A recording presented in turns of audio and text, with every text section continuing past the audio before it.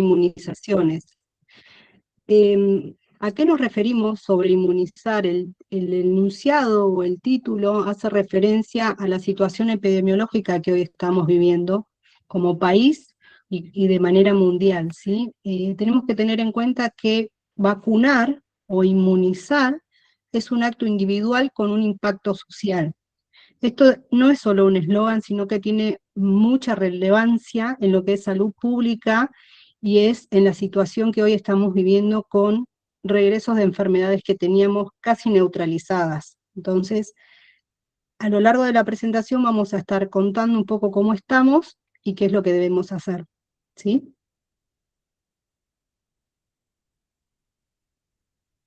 A ver si se ve así. Bien. Ahora se ve mejor, ¿no? Entonces, cuando tenemos esta pregunta, ¿las vacunas qué son? ¿Sí? Esta pregunta nos hicimos mucho en la época de COVID, cuando se introdujo todas estas líneas de vacuna o todas estas marcas, todos eran especialistas en conocimiento de fabricación de vacunas, todos eran expertos, pero la realidad es que las vacunas están compuestas simplemente de dos factores, ¿sí? Entendiendo que las vacunas son preparaciones farmacológicas con biológicos, es decir, virus atenuados e inactivados, bacterias o sus fragmentos, que estas a su vez son administradas o inoculadas a las personas para estimular el sistema inmunológico. Nosotros estamos provocando ese sistema inmunológico, lo estamos desafiando para que construya anticuerpos, ¿sí? Esa es la finalidad de la vacuna, desafiar al sistema inmunológico para que cree anticuerpos. Así el individuo, cuando está ante la situación de riesgo, ante la enfermedad real, su cuerpo recuerde esta defensa y pueda minimizar el efecto o no contagiarse. ¿Bien? Entonces, básicamente las vacunas están compuestas de agente biológico, este principio activo, que va a depender de cada vacuna, y ayudante, que es todo el otro componente que lo hace de manera, digamos, líquida, por decirlo de una manera vulgar, para que pueda ser administrada. ¿Bien? Esa imagen del bebé en una situación de vacunación es dentro de nuestro centro de vacunación del Hospital Garrahan. Es una escena habitual que podemos contemplarla casi todos los días. Esto es, en esta imagen podemos observar la actualización del carnet de vacunas, ¿sí? Esta imagen actualizada es del 2025, pero a este esquema de vacunación, dentro de los lineamientos, dentro de las políticas de salud pública, sufrió modificaciones, que ahora vamos a pasar a detallar, ¿sí? Nosotros en la región tenemos el carnet de vacunas más completo, con mayor cantidad de dosis y mayor cantidad de variantes de vacunas. ¿Qué quiere decir esto? Que la salud pública todavía, hoy por hoy en nuestro país, contempla a las vacunas o a la inmunización como una de las primeras barreras de atención primaria. Son legales, son obligatorias, son gratuitas y están en todo el territorio, así que son federales. Por eso tenemos que tener en cuenta que no es solamente en el ámbito del Gran Buenos Aires, capital federal, este carnet de vacunas es federal. Bien, nosotros vamos a tener en una columna las edades y en la otra columna las vacunas. La primera vacuna que sufrió modificaciones dentro del 2026 es la vacuna antineumocóxica conjugada, que en anterioridad nosotros administramos la vacuna llamada Prevenar 13. A partir de octubre, a partir del 10 de marzo del 2026, se me confundieron los números, se modificó y se implementó la vacuna 20 valentes. Esa vacuna estaba en disponibilidad dentro del rango de la vacunación privada. A partir de marzo se incorporó a nuestro calendario nacional, erradicando a la Prevenar 20, Prevenar 13. ¿Cuál es la modificación más allá del número? Es que tiene mayor cantidad de serotipos protectores y a la vez los que tenía previamente la otra vacuna tienen una modificación que son que generan mejor y mayor respuesta en lactantes. ¿Sí? Por eso es importante esta vacuna, porque la podemos administrar a partir de las 6 semanas de vida. Bien, y la vamos a administrar a los 2 meses, a los 4 y a los 12 meses, generando un esquema de vacunación completo para la edad, con esta vacuna que es protectora tanto para neumonías como para meningitis. Bien, entonces es muy importante cotejar el carnet de vacunas previo de nuestros niños alrededor para ver si hay que hacerle alguna modificación o algún refuerzo extra según su patología de base. Nosotros tenemos que tener en cuenta que la mayor cantidad de niños vacunados dentro del ámbito asistencial hospitalario van a ser aquellos que tengan alguna patología de base. Todos los otros niños mayormente se vacunan en los centros, en las salitas, en los centros de periferia hospitalaria. Otra vacuna que sufrió modificación fue la vacuna triple viral. Es la vacuna que tiene componentes sarampión, rubiola y papera. Últimamente hubo como brotes de sarampión. Habitualmente surgen pequeños brotes migratorios cada 4 o 5 años, pero últimamente no respetó este concepto y hubo como fluctuaciones.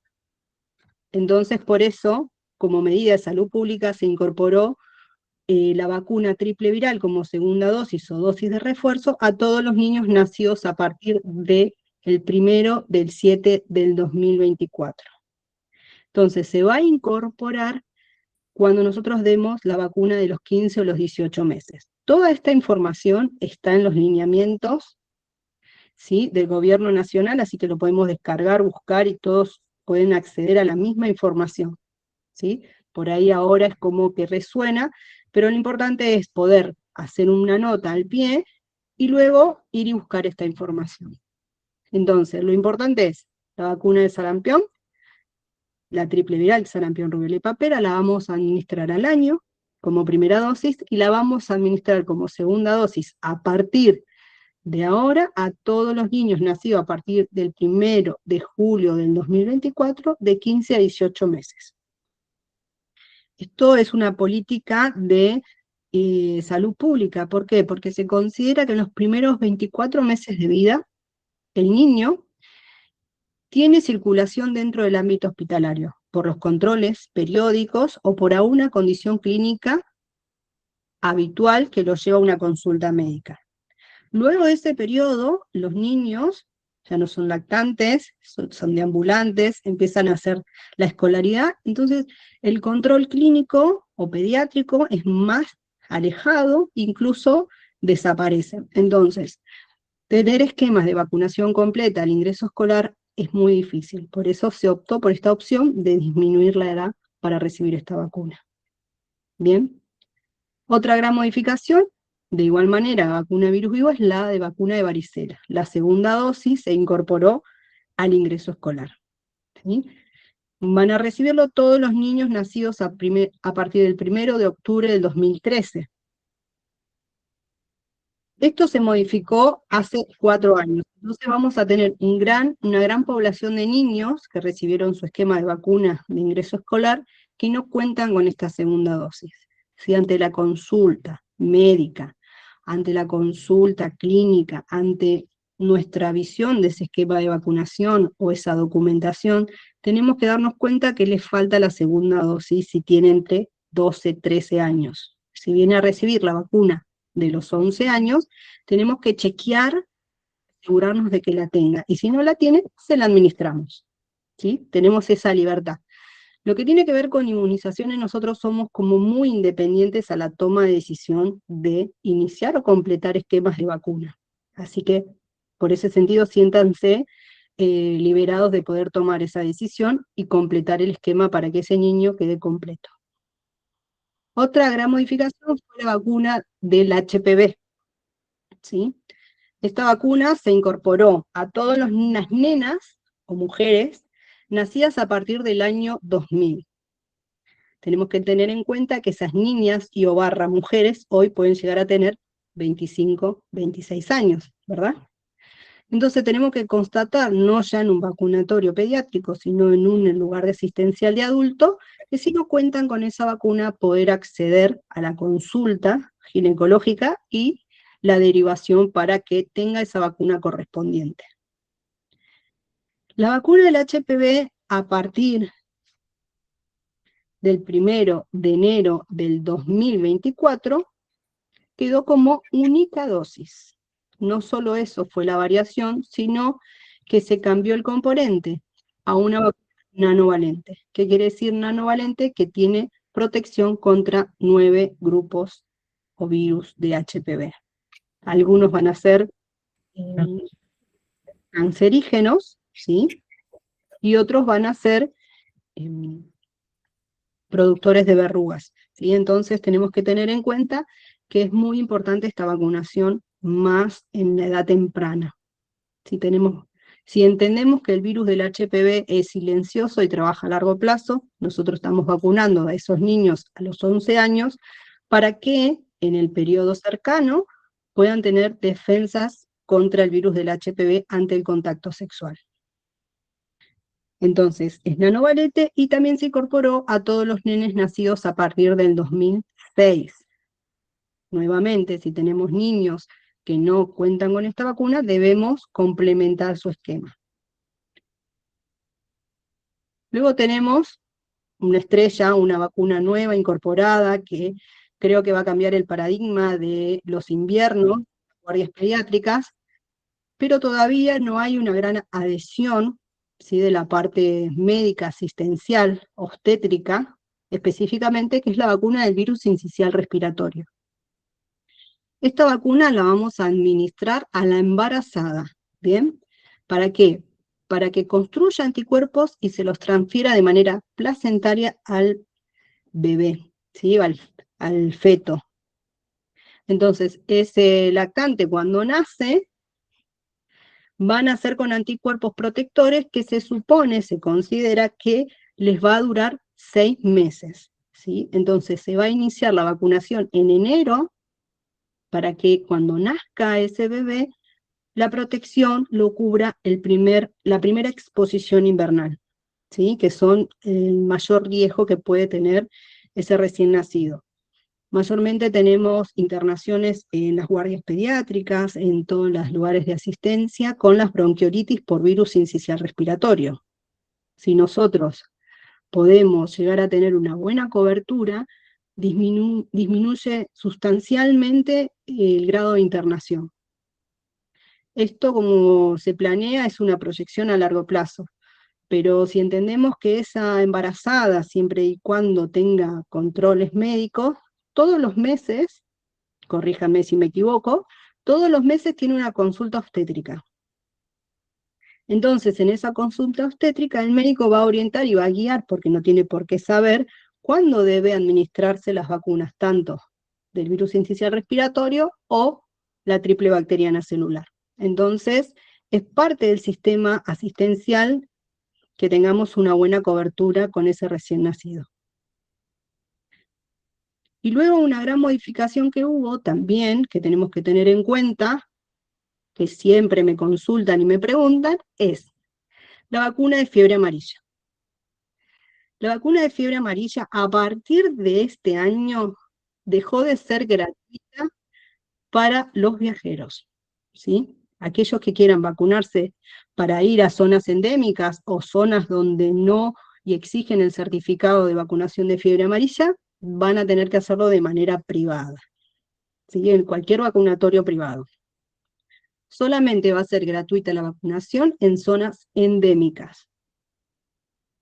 ¿Dónde son las zonas endémicas? Que están registradas o nucleadas.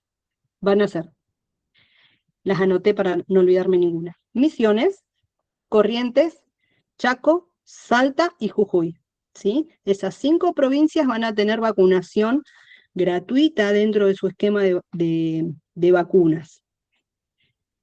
La vacuna de fiebre amarilla es una vacuna virus vivo que tiene una protección de largo plazo, es decir, una dosis después de los 18 meses se considera que dura más de 50 años. Entonces, si nosotros tenemos un registro de vacuna de fiebre amarilla, una documentación, un carné, el viejito, el que había antes, o de manera digitalizada, para viajar es válido de por vida, ¿sí? No hay que renovarlo, no hay que hacer los refuerzos como antes. Solamente va a existir el refuerzo en las zonas endémicas. Eso es una gran novedad que ahora cuando se acerca el verano todos van a empezar a preguntar, aquellos que pueden viajar o que pueden viajar a estas provincias dentro de nuestro territorio o si van a viajar al exterior. Es a tener en cuenta. Bueno, esos son los anuncios parroquiales en cuanto al carnet de vacunación del 2026 y las modificaciones que tuvimos durante este periodo.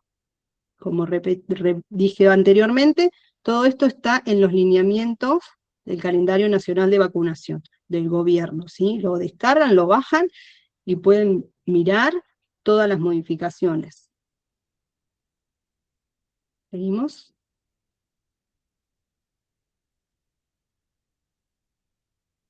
Ahí está. Bien. Nosotros tenemos que tener en cuenta eh, 4 datos fundamentales cuando vamos a evaluar una situación de inmunización en un paciente o en un individuo, ¿sí? Estos los conocemos como pilares, porque esto a nosotros, como son decisiones autónomas, el vacunador y o enfermero que hace esta función, puede tomar decisiones propias ante un esquema de vacunación. Entonces tenemos que tener bien en claro cuáles son los datos importantes a retener o a solicitar en la entrevista. Primero va a ser la edad, por supuesto, ¿no? La edad del individuo. Si es pediátrico, si es adulto, la condición, si es una paciente embarazada, si es personal de salud o si es conviviente de un paciente inmunocomprometido, ¿sí? Esas condiciones las vamos a tener en cuenta en la recepción y obviamente en la entrevista. Nuestro hospital, nuestro centro de vacunación está dentro de un hospital de alta complejidad. ¿Qué significa esto? Que el 70% de los pacientes que vacunamos son pacientes con patologías de base. Entonces, la historia clínica para nosotros es fundamental, ¿sí? Le tenemos que preguntar antecedentes de diagnóstico, antecedentes de tratamiento previos a la vacunación, actuales y a futuro. ¿Por qué? Mayormente previos, ¿por qué? Porque transitaron un tratamiento oncológico, actuales, si están transitando alguna situación de, por ejemplo, pretrasplante, y a futuro, si pudieron ser trasplantados. Entonces, todos esos datos para nosotros son súper relevantes, ¿sí? Súper importantes.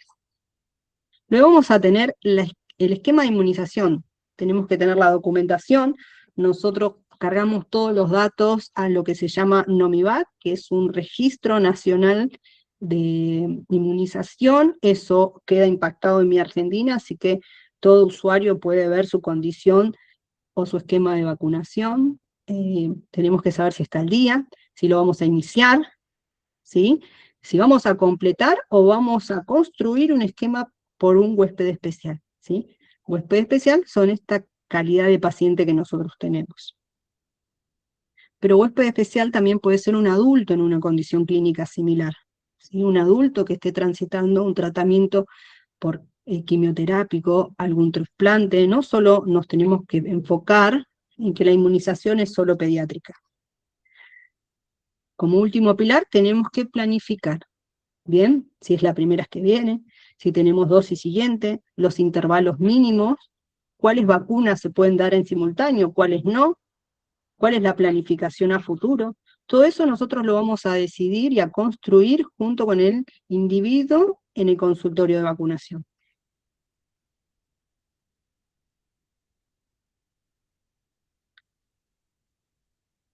Y luego vamos a tener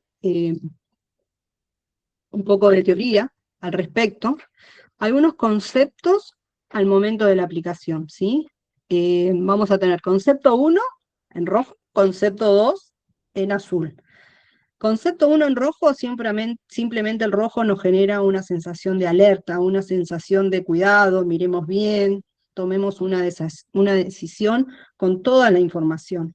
¿Por qué? Porque las vacunas rojas son vacunas a virus vivo atenuados. ¿Qué significa esto? Que se utiliza una versión debilitada, es decir, atenuada o atontada del virus para generar o estimular una respuesta inmunitaria similar a la de haber padecido la enfermedad, ¿sí?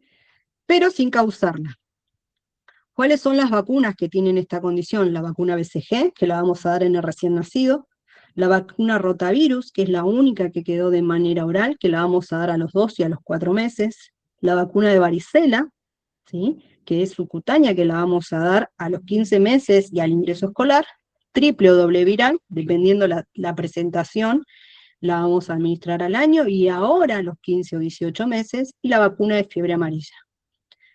Hay una vacuna que está con un asterisco y subrayada, que es la vacuna del dengue, pero esta vacuna no entra dentro del calendario nacional, es opcional. Por eso no va a haber en ningún registro, no tengo ningún calendario a mano, ningún registro de calendario va a estar la leyenda de dengue. Es una vacuna que es extra calendario nacional. Se puede dar de manera gratuita, pero hay que pedir y solicitar turno. ¿Bien? Entonces, luego, estas vacunas a virus vivo atenuado son vacunas de gran capacidad de generación de anticuerpos, es decir, con muy pocas dosis genera defensas en el periodo extendido, es decir, de por vida. Entonces, si tenemos en cuenta que la damos solo al nacimiento, genera anticuerpos que se mantienen protectores por un largo periodo. Bien, si hablamos de vacuna de fiebre amarilla, sabemos que damos una dosis después de los 18 meses y va a generar anticuerpos de por vida para ese niño que puede llegar a viajar. Bien, eso por un lado. Y por el otro lado tenemos el concepto número 2, que son las vacunas a virus inactivados. Bien, son un tipo de inmunización que utiliza el patógeno, virus, bacteria, espora, lo que sea, completo, pero previamente muerto o neutralizado, por lo que no puede replicar la enfermedad. Pero sí genera una respuesta inmunitaria. Entre ellas vamos a tener hepatitis B, SAL, quíntuple, vacunas para neumococo, hepatitis A, para antimeningocóxicas, la triple bacteriana celular, el HPV, antiripal, virus incisional respiratorio, antineumocóxica tipo B, que es la marca comercial Bexero, las vacunas de COVID o la vacuna sextuple. Todas estas vacunas son de presentación, algunas monodosis, otras multidosis, pero todas se van a administrar intramuscular. Bien, dependiendo de la edad, la zona de aplicación. Nuevamente hay algunas que tienen asterisco y están subrayadas, esas vacunas son extra calendario nacional, ¿sí? Vacuna meningocóxica tipo B, marca comercial Bexero, esa es de administración privada, vacuna de COVID, tenemos de manera gratuita, obviamente, pero no está de manera obligatoria dentro del calendario nacional. Y la vacuna sextuple está solamente limitada a una característica especial de pacientes muy prematuros, de manera gratuita dentro del calendario nacional. Entonces tenemos que tener bien divididos estos dos conceptos para entender más adelante qué decisión tengo que tomar y qué esquema de vacunación puede hacerle al individuo que consulta. Bien. Siempre que nosotros administremos una vacuna, un agente inmunitario, recordemos la primera presentación, estamos provocando o estimulando, ¿sí?, al sistema inmunológico para que genere anticuerpos. En esa provocación, en ese estímulo, vamos a tener efectos adversos, obviamente, ¿sí? Algunos van a ser leves o locales. Por ejemplo, tumefacción, dolor, raramente abscesos, estériles o quistes, ¿sí? Entonces, en el sitio de aplicación, yo siempre lo que les comento a los papás, o a los compañeros, a los pacientes, o a aquella persona que se viene a vacunar, con esta terminología bastante básica, es el colorado, calentito, durito, ¿sí? No te asustes, no está nada mal, es así. Nosotros, a transmitir pequeñamente esa información, disminuimos el grado de ansiedad en esos familiares que traen al niño a vacunar y, obviamente, con muchas dudas y temores. Entonces, desde ese punto nosotros tenemos que educar y disminuir el grado de ansiedad. Luego tenemos los moderados o sistémicos, ¿sí? Que le tenemos que mayormente a los papás o al acompañante que trae a ese bebé, a ese lactante de 2 meses, que por más que haya tenido otros niños que ha traído a vacunar, siempre genera ansiedad esta situación o miedo. Entonces le tenemos que explicar que puede producirle fiebre, que es normal, que puede producirse a las 12 y puede durar hasta las 72 horas, puede estar molesto, puede tener anorexia, puede tener llanto persistente, ¿sí? Eh, si uno no les comenta, esta situación genera esta sensación de angustia. Entonces tenemos que educar de esta manera y comentarle estos efectos posibles. Todos estos efectos sistémicos habitualmente ocurren con el componente pertusia en la vacuna quíntuple, ¿sí? Que se la damos a los 2, a los 4, a los 6 meses y a los 18 meses. Entonces, a medida que pasa el tiempo, vamos a ir comentándole y recordándole que es posible esta situación.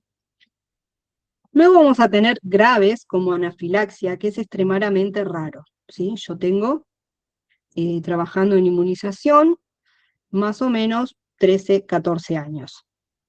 En todo este periodo, he visto, con los dedos de la mano puedo contar los casos graves de anafilaxia que he presenciado con respecto a la inmunización, obviamente. Es decir, con la cantidad de años y con la cantidad de personas que he podido vacunar en todo este periodo, no llegan a 5. Entonces, eso nos da el entendimiento de que las vacunas son seguras, ¿sí? Siempre y cuando la anafilaxia tiene que ver con una sensibilidad propia del individuo y no de la vacuna. Bueno, luego tenemos otras dos grandes categorías a tener en cuenta a la hora de inmunizar, ¿sí? Eh, Vamos a tener en cuenta si son, ya en este punto vamos a considerar que son pacientes, ¿bien? Las personas que vamos a vacunar. Y si son pacientes tenemos que hacer la gran discriminación, si son inmunocompetentes, que la vamos a desarrollar ahora, o inmunodeficientes. Bien, ¿qué significa esto? Que dentro de los inmunocompetentes vamos a englobar a todas las cardiopatías, vamos a englobar a todas las enfermedades respiratorias, independientemente de cuáles fueran, vamos a englobar las neurológicas, vamos a poner también a diabetes, todas las patologías digestivas y aquellos que tengan implante coclear. Inmunocompetentes, ¿por qué? Porque más allá de su patología de base, este individuo, yo al vacunarnos, su sistema inmunológico está perfecto, ¿sí? Y puede generar la respuesta que yo busco. ¿Sí? Al vacunarlo, su sistema empieza a producir toda esta cascada, todo este torrente de construcción, y genera los anticuerpos que yo pretendo. ¿Bien? Al inmunizar y al generarle el esquema, no porque yo sea yo, sino a construir este esquema de vacunación, vamos a garantizar o vamos a tener el acercamiento a las defensas necesarias. ¿Bien? Cuando hablamos de pacientes inmunodeficientes, surge una variedad, una variabilidad, ¿sí? Vamos a tener las enfermedades de lupus, enfermedad de Crohn, hepatitis autoinmune, artritis reumatoidea, dermatitis atópica, trasplante de órganos sólidos y hematopoyéticos, IDA, tratamientos con quimioterapia, asplenia funcional o anatómica. La diferencia en que estos pacientes, además de sus patologías de base, van a estar con inmunodeficiencia, sea por la enfermedad o sea por el tratamiento. Por ejemplo, los pacientes con dermatitis atópica, la dermatitis atópica no genera inmunodeficiencia, pero el tratamiento mayormente que regula a estos pacientes sí genera inmunodeficiencia. El más conocido es el metrotexato. Entonces, al tener esa administración continua y prolongada en el tiempo, estos pacientes van a tener una inmunodeficiencia por tratamiento, ¿sí? Entonces ahí vamos a englobar los inmunocompetentes y los inmunodeficientes. ¿Bien?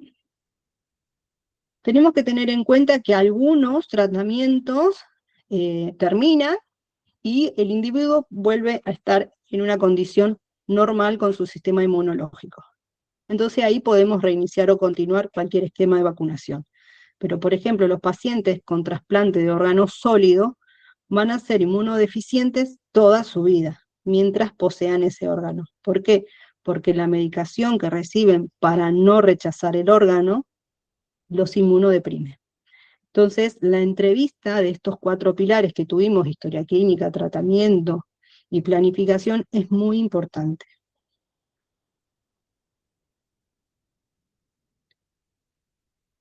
Entonces, siguiendo con la línea de estos pacientes. Pacientes inmunosuprimidos. Esto en la entrevista, en la consulta, en el consultorio, vamos a evaluar dependiendo del grado del inmunosupresor que reciban. Todas las vacunas inactivadas, todas las vacunas que vimos en azul, las pueden recibir sin ningún problema, pero tenemos que tener en cuenta que la respuesta va a ser menor, ¿sí? Cuando termine o finalice su tratamiento, seguramente debamos dar algunos refuerzos extra.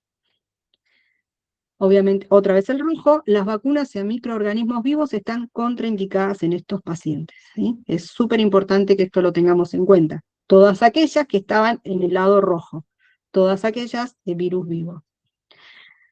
Se puede continuar la inmunización de virus vivo luego del tratamiento, de 3 a 6 meses. ¿Sí? Va a depender si terminó la quimioterapia, no solo la quimio, sino el periodo de mantención, si le administraron transfusiones de glóbulos rojos o de cualquier componente de la sangre, vamos a evaluar si puede recibir, si recibió tratamiento con gamma, independientemente cuál fuera, tenemos periodos o momentos que hay que respetar los intervalos mínimos hasta poder aplicar la vacuna. Esto es una estadística real, el 70% de nuestros pacientes son con necesidades de vacunación. 70% de pacientes con necesidades de inmunización presentan una patología de base, entonces debemos adecuar su condición de inmunización a su condición clínica. El 70% de los individuos que vienen a vacunarse a nuestro centro de vacunación son pacientes, ¿sí? Y si no es paciente él, es paciente el hermanito. Y si no es paciente él, ese paciente, sí, el hermano, el conviviente, la familia, entonces tenemos que tener ese resguardo o esa precaución. Bien. Lo que vemos ahora son los números reales o las estadísticas nuestras, de nuestro territorio, por eso se ve el territorio argentino, en el cual cómo estamos con las coberturas, ¿sí? Hablamos todo de lo que es necesario, ahora vamos a hablar de cómo estamos. Estas son las coberturas, ahí abajo se encuentra el enlace, pueden descargar y pueden ver las coberturas, estas son actuales, desde el 2024 a todo el 2025, ¿sí? Obviamente en el periodo de la pandemia las coberturas bajaron por el aislamiento social y costó muchísimo retomar la vacunación, pero hoy nos encontramos en un momento donde las coberturas son menos del 50% y eso es agravante y preocupante. Vamos a detallar estas 6 que son, digamos, aquellas que nos están generando preocupación y nos están generando el aparecer nuevamente de patologías que estaban controladas, no erradicadas, pero controladas, y con este número de coberturas, la verdad que es preocupante y que hace que cada uno, desde nuestro lugar, eduquemos y fomentemos la vacunación para modificar estos parámetros. En primer lugar tenemos la vacuna triple viral, que el refuerzo lo vamos a dar a los 5, menos del 46,7% es la estadística. Entonces, en nuestro mapa vamos a ver naranjas y rojos.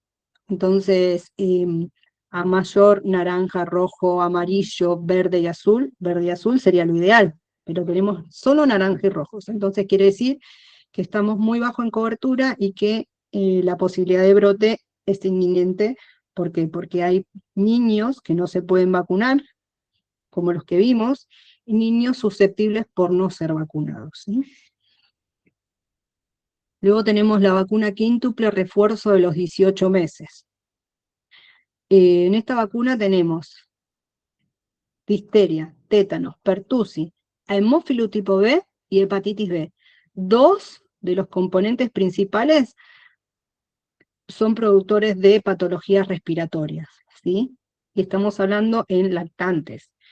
Entonces, el refuerzo de los 18 meses es fundamental para la disminución de patologías respiratorias en niños pequeños. Entonces, concientizar que es importante, no solo nosotros, sino en nuestro círculo cercano, que la vacunación a los 18 meses, las coberturas son muy bajas. Hay algunos verdes,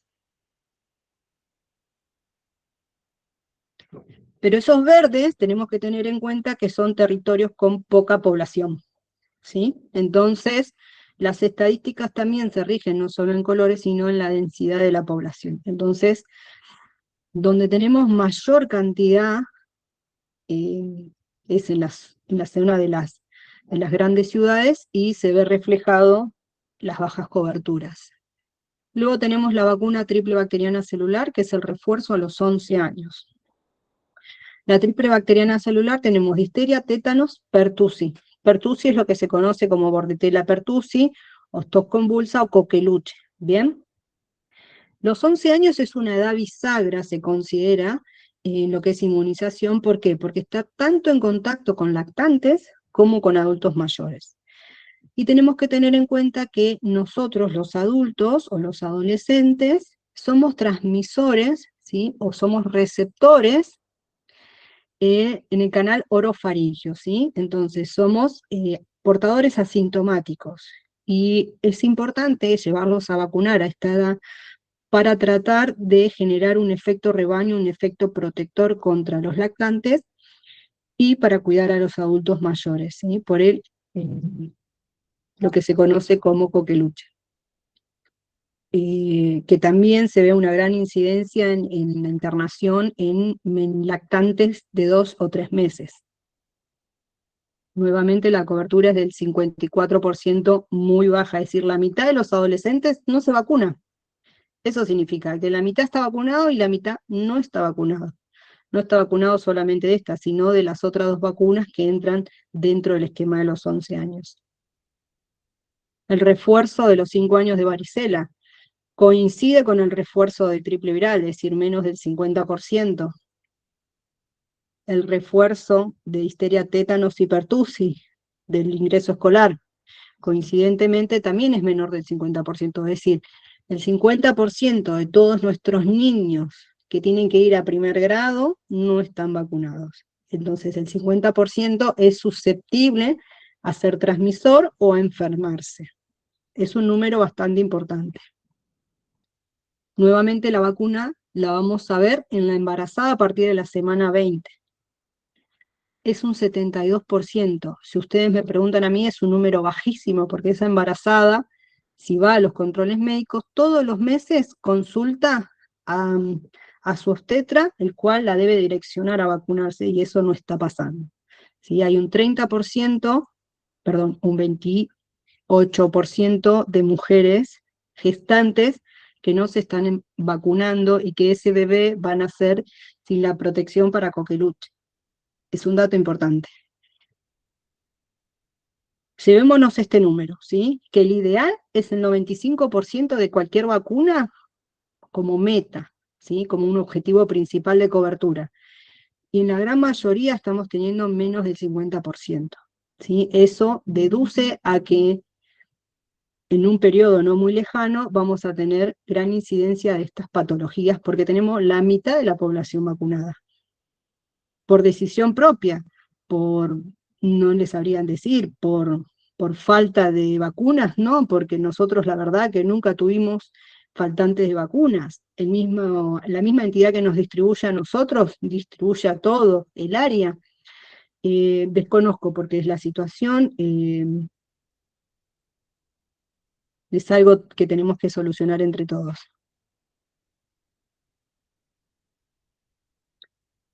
Estos números nos dan noticias, nos dan realidad y nos dan unas consecuencias reales, ¿sí? Por ejemplo, todo esto es 2026. internar a un niño de 17 años por una infección de tétanos, está grave y su familia es antivacunas. 17 años, este chico tuvo que haber estado en exposición con esta vacuna a los 2 meses, a los 4, a los 6, a los 18, a los 6 años y a los 11 años, ¿sí? 6 veces tuvo que haber estado expuesto a esta vacuna para no terminar en esta situación. Son decisiones y son por ahí falta de información, son pensamientos, son culturas, pero nos están arrojando situaciones clínicas que son graves. Después de no sé cuánto tiempo hubo caso de tétanos, ¿sí? Esto también son las mismas vacunas, 7 veces tuvo que haber estado expuesto, o 6, este individuo a esa protección que no recibió, ¿sí? Era una niña de 5 años que padeció tétanos, solamente tenía la vacuna de BCG del recién nacido, es decir, esa criatura a los 5 años nunca estuvo expuesta a un esquema de vacunación, ¿sí? Solamente al nacimiento le dieron de alta en la clínica o en la institución sanitaria donde nació y nunca más tuvo contacto con un centro asistencial donde la pudieran haber vacunado. Esos datos son como alarmantes, nos pasa muchas veces, nos pasa constantemente a nosotros. Entonces la educación creo que es fundamental. Este año, y finalizando el año 2025, tuvimos brote de coqueluche, ¿sí? Brote de coqueluche, entonces es una enfermedad que es inmunoprevenible, es decir, que la podemos controlar con vacunas. No es una enfermedad, por ejemplo, como, no sé, algunos tipos de cánceres o de tumores, ¿sí? Que no podemos controlarlo, que solo podemos tratarlo. Este tipo de patología nos tenemos que llevar, si por favor nos podemos llevar un dato, patologías inmunoprevenibles, ¿sí? Hay vacunas para que no suceda, y son gratis y está a disposición de todos. Entonces es importante. Nuevamente, sarampión volvió a hacer noticia, estos brotes epidemiológicos, hay como esta fluctuante, mayormente era cada 4 o cada 5 años que se generaba una curva. En el último periodo hay curvas fluctuantes durante el año, ¿sí? Tenemos que tener en cuenta que esta vacuna es viejísima, ¿sí? Antes se administraba de manera individual y se empezó a aplicar a partir de 1970, es decir, es una vacuna súper confiable, súper estudiada, la tenemos todos, ¿sí? Los que somos un poco mayores tenemos todos y tenemos un montón, y acá estamos todos, pero se ha dejado vacunar, ¿bien? Después tenemos la otra presentación, que es la triple viral, que surgió a partir de 1999. Esa es, digamos, es triple viral, sarampión, rubiola y papera. Y luego se implementó la doble viral para las campañas de refuerzo, y esa empezó a aparecer en el calendario nacional a partir del 2002. Entonces tenemos 3 presentaciones durante todo este tiempo que cubren y protegen contra sarampión. ¿Sí? No es que no hay herramientas de protección. En el 2025, otra noticia, ¿no? En el 2025 Argentina registró 35 casos de sarampión.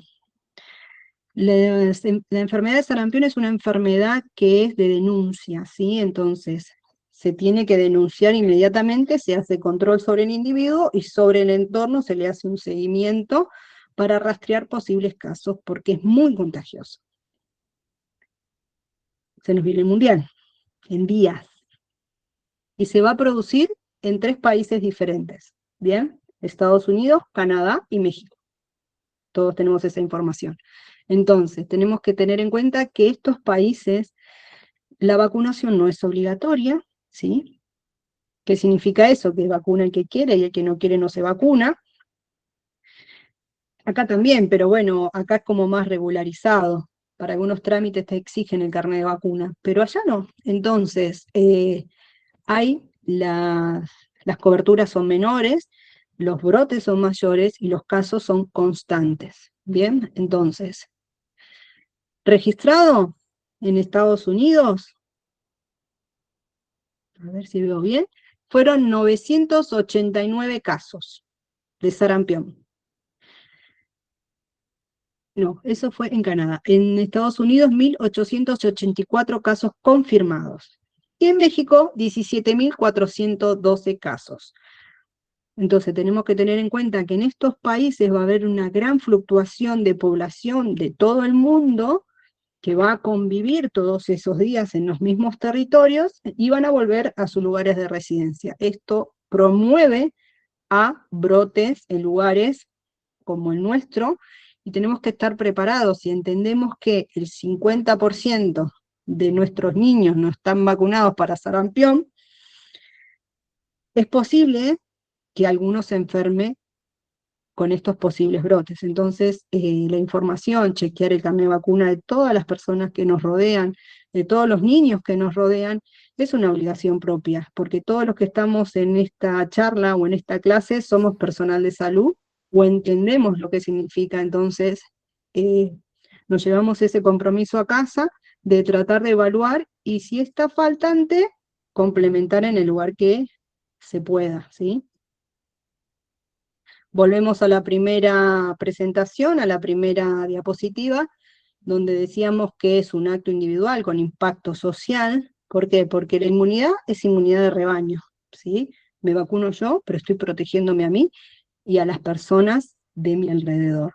¿Y cómo funciona? Las personas inmunes, es decir, la persona sana, actúa como una barrera, lo que reduce la posibilidad de que las personas susceptibles, aquellas que no pueden recibir o vacunarse, estos pacientes inmunodeficientes, entren en contacto con el patógeno. Por eso nosotros vacunamos a veces al individuo y a los convivientes, es decir, a todo aquel que viva con ese niño en esa casa o pase más de 8 horas seguidas. Hay que vacunarlos para generar esta protección de barrera. La protección es indirecta, protege no solo al vacunado, sino también protege indirectamente a los miembros vulnerables de la comunidad. Y genera una barrera activa, la interrupción de la cadena de transmisión, ¿sí? Si el virus no encuentra susceptibles en el medio, termina con el último caso. Entonces es importante esto, romper esa cadena de transmisión. Al reducir la cantidad de huéspedes susceptibles, se interrumpe la cadena de transmisión de la enfermedad. Es decir, ese 50% de niños no vacunados son susceptibles. Entonces la cadena es larguísima. Y bueno, y para terminar, tenemos una conclusión, que se las voy a leer porque me parece interesante. La inmunización representa un puente para la autonomía individual y la seguridad epidemiológica. Como demostramos en la presentación, las decisiones particulares impactan directamente en la curva de cobertura de la humanidad de rebaño. No existen soluciones colectivas sin un compromiso individual previo. Sostener el calendario de vacunación es la estrategia sanitaria costo efectiva para garantizar la equidad y la estabilidad de nuestro sistema de salud. Las vacunas son federales, las vacunas son gratuitas y son obligatorias. Bien. Muchas gracias. Y ahí tienen los contactos para que hagan las preguntas, para que se sumen al comité, para que lo sigan. Bien. Bueno, Eli, la verdad, perfecto, como siempre, como pasó también el año pasado, la convocatoria. Agradecemos a los presentes por el respeto también. Así que bueno, en el chat no tenemos ninguna consulta. Les pido si tienen alguna pregunta, levanten la mano. Bueno, agradecer nuevamente también. Ahí tenemos una pregunta. Eh, Le doy el Marisa. paso. Hola, ¿qué tal? Buenas tardes, muchas Buenas tardes, gracias ante Marisa. todo. Muy buena la explicación, muchísimas gracias. Ante todo, quería hacerte una pregunta. Cuando hablaste de la colocación de las vacunas y el control que hay que tener para los pacientes con, algunos de ellos era cardiopatías, diabetes, implante coclear, ¿sí? Me generó una duda, ¿por qué los pacientes con implante coclear? El implante coclear, para aquellos que por ahí no están tan atentos con la definición, son aquellos que tienen un implante auditivo, ¿sí? Dentro del cráneo tiene un implante auditivo que se conecta al sistema exterior, ¿bien? En esa manipulación del implante, es decir, de la colocación, nosotros le hacemos refuerzo de vacuna neumocóxica, ¿sí? Que hoy se conoce como la Prevenar 20, debe tener refuerzos de esa y refuerzos de meningocóxica. ¿Por qué? Porque tiene factores de riesgo al tener el implante dentro del cráneo, ¿no? No sé si me explico. Sí, ¿Sí? sí. Entonces tienen como ese factor de riesgo extra, Ajá. ¿sí? Que lo tenemos que reforzar con estas vacunas. Buenísimo, muchísimas gracias. No, por favor. Muy bien, Eli, ahí en el chat tenemos otra consulta. ¿La triple viral que se adelanta a los 18 meses es independientemente de las campañas? Sí, siempre que tenemos en cuenta una campaña de vacunación, no se considera esa dosis dentro del calendario nacional. Son dosis extra, son dosis de refuerzo por una situación epidemiológica, si hay un brote, los tenemos que proteger ya, y luego va a recibir esa vacuna a los 18 meses del calendario nacional, ¿sí? Es independientemente. Ese niño va a tener 3, en todo caso. Perfecto. Después tengo, si podés repetir las provincias argentinas por la vacuna de la fiebre amarilla. Misiones, Corrientes, Chaco, Salta y Jujuy, todo el norte. Todas aquellas otras provincias que nos queramos vacunar sobre fiebre amarilla, va a tener que ser a partir de este año pagas. ¿Sí? Recuerden que después de los 18 meses es una única dosis para el viajero. Desconozco los valores, así que eso lo van a averiguar aquellos que se quieran vacunar en el ámbito privado. Bueno, muy bien. Y una última que me dice acá, excelente disertación, dice Ina Ancestral. Dice, mi pregunta es sobre las IgE, si se administra, cuándo hay que esperar para volver a vacunar. Las inmunoglobulinas, me imagino que se refiere. Eso va a depender de la característica de la inmunoglobulina. Hay muchas, ¿sí? Mayormente esperamos, si sabemos que la va a administrar y que la recibe, tenemos que darla o una semana antes de ese tratamiento o tenemos que esperar 15 días post. Y si es una gama, ¿sí? Como antitetánica o otras gamas más específicas, tenemos que esperar 3 meses. Va a depender de cuál. Perfecto. Y una mano levantada acá, Susana Paucará. Sí, ¿qué tal? Buenas noches. Gracias. Muy interesante la actualización con respecto a las vacunas. Mi inquietud es con respecto a la vacuna de la fiebre amarilla. Sí. Dijiste que se aplica luego a los 18 meses. La duda es, ¿cubre durante 50 años? ¿Es hasta los 50 años o dura más de 50 años? Me quedó esa duda, por favor. No, por supuesto. Después de los 18 meses se empieza a considerar que el sistema inmunológico del individuo es maduro. Entonces, con una dosis genera anticuerpos prolongados, es decir, que dura la protección más de 50 años. Es lo que se comprobó hasta ahora. Probablemente dure más, pero hay estudios hasta hoy que cubre hasta los 50, pasando los 50 años. Muy bien. Y tenemos una mano más, Angélica en Lowstow. Sí, hola, ¿qué tal? Buenas noches. Mi consulta es con respecto a los niños que van a recibir un trasplante, ¿no? ¿Cuál es el esquema obligatorio de vacunación más allá, obviamente, de las comunes a la población común según su rango etario, ¿no? Quería saber esa información. Gracias. Si el niño va a recibir, va a depender de la edad del niño, ¿sí? En el momento que esté en lista de INCUCAI. Si es hasta los 6 años, va a tener refuerzos extras para meningitis y para meningococo. Bien. Obviamente el antirripal todos los años. Si tiene más de 6 años, a los 11 años va a tener un esquema ampliado de HPV. En vez de una dosis va a tener 3. Va a tener refuerzos de meningococo. ¿sí? Y de neumococo. Todo va a depender de la edad y qué tipo de trasplante vaya a recibir, si es de órgano sólido o si es hematopoyético, si es un trasplante de médula, ¿sí? Todos esos lineamientos que yo te estoy contando, vos los buscás, lineamiento de huéspedes especiales, vacunación de huéspedes especiales, dentro del calendario nacional. ¿Sí? Hay un apartado aparte, perdón, hay un apartado donde ahí te va a hacer toda la descripción y todos los esquemas. Es del 2013, ¿sí? No hay nada nuevo. Lo nuevo lo vas a encontrar en actualizaciones de lineamiento. Toda la información está en la red. Muchísimas gracias. Muy bien, bueno, dos consultas más que tengo acá en el chat y ya Perfecto. dejamos libre a la licenciada.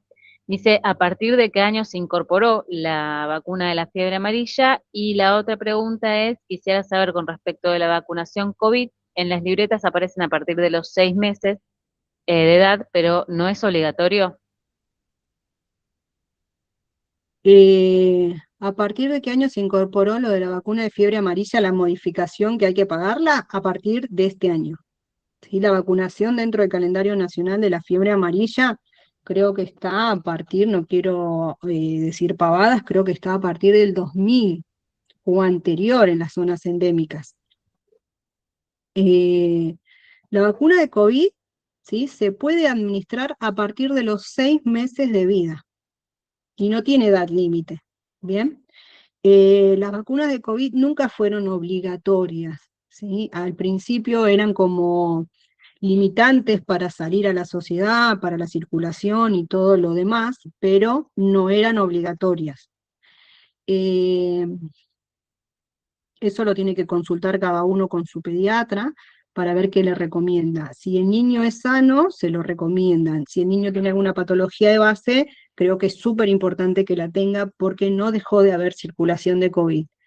Socialmente a nosotros el impacto clínico, a los que digamos que somos inmunocompetentes, es decir, que tenemos un sistema inmunológico adecuado, por decirlo de una manera, no genera condiciones clínicas graves.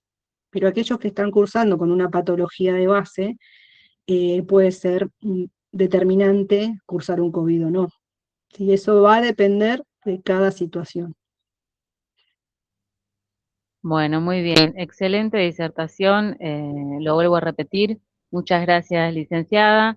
Quiero recordar que esta charla queda grabada, la vamos a subir en nuestras redes sociales para los que no pudieron estar desde un principio. Agradecer a las autoridades de SPAE por esta certificación que van a otorgar a los participantes. Recuerdo nuevamente que van a llegar al mail con el que se inscribieron a la charla. Y bueno, invitarlos nuevamente a seguirnos en las redes sociales para poder seguir compartiendo estos espacios de aprendizaje y crecimiento para enfermería. Bueno, los libero, muchísimas gracias, gracias por el respeto, nuevamente gracias, licenciada, por todo, y los No, gracias esperamos a en el todos próximo ustedes. encuentro. Gracias.